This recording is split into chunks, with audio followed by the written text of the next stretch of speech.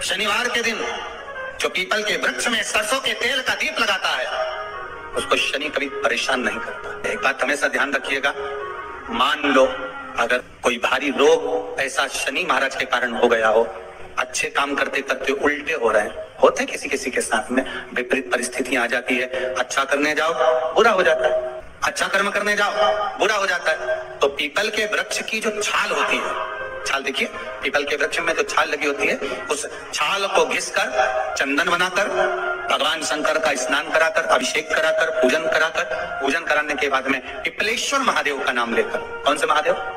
पिपलेश्वर महादेव का नाम लेकर वो जो घिसी हुई छाल होती है, उस छाल का तिलक भगवान शंकर को लगा लो और उसी का थोड़ा सा भाग अपने कंठ पर, मस्तक पर लगाना प्रारंभ कर दो। धीरे धीरे जो विपरीत दशा है वो सुधरना प्रारंभ हो जाती है। और नाम याद रखना, पिपलेश्वर।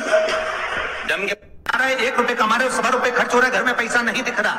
आप अच्छा कर रहे हो, घर में 4 लोग कमा रहे हैं, सब कोई मिलकर कमा रहा है, तो भी पैसा नहीं दिख रहा, तो भी धन नहीं दिख रहा, रुपया नहीं दिख रहा। महाराज अगर धन संचिता में नहीं पड़ रहा, धन संचिता में नहीं आ रहा, तो महाराज शिव महापुराण की कथा कहती है तिल्ली का लेपन। तिल्ली काले कलर की तिल को लेकर उसके साथ में थोड़ा सा चावल, और हमारे यहाँ चावल के साथ में चावल की धान आती है, आपको बाजार में मिल जाएगी चावल की धान, जिसको जौ का भाग अलग हो जाता है, जौ गेहूं की हो जाती है, पर चावल की धान कहते हैं उसको। इन तीनों को एक कटोरी में रख लो, तीनों को पानी में गलाना नहीं है, बस कटोरी में रखना। महाराज दरवाजे के नजदीक में, जब दरवाजे से अपन बाहर निकलते हैं तो उल्टे भाग में उसको रख दिया जाता है। घर से 1 लोटा पानी जिसमें कच्चा दूध मिला हो, वो कटोरी शनिवार के दिन रखकर, रविवार को उठाकर ले जाकर कलश नीचे रखकर सीधे हाथ में कटोरी रखकर शंकर जी को समर्पित कर दो। जल चढ़ा दीजिए।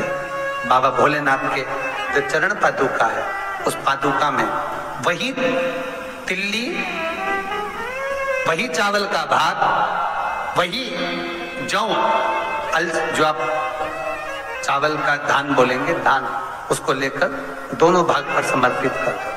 आते समय वो दोनों भाग पर चढ़ी हुई तीनों चीजें उठाकर लेकर दुकान में, व्यापार में, व्यवसाय वाली जगह पर उसको रख दीजिए। कभी जिंदगी में संपदा कम नहीं होगी, संपदा बढ़ेगी। 3 रविवार आपको सुख की प्राप्ति के लिए, ये भूमि के दोष को मिटाने के लिए। आपको कथा में पहले भी कहा था, बार, नक्षत्र, समय, घड़ी, पल, दिन, ये जितने भी बनाए हैं मेरे महादेव ने बनाए, मेरे शंकर ने निर्मित किए। हिंदू धर्म में ये दिन पीपल के वृक्ष के लिए पूजनीय होगा। जो भी शनिवार के दिन पीपल के वृक्ष की पूजन करेगा, दूध चढ़ाएगा या मिष्ठान का भोग लगाएगा, लक्ष्मी और नारायण उसके घर में प्रवेश कर जाएगा। लक्ष्मी और नारायण उसके घर में प्रवेश करेगा। इसलिए नियम बनाया। कौन से दिन का? शनिवार। लक्ष्मी जी बोली, नारायण आपने तो 1 दिन का वार लिख दिया, शंकर जी ने 7 वार बनाए हैं, रविवार, सोमवार, मंगल, बुध, गुरु, शुक्र और शनि, ये शिव जी ने बनाए।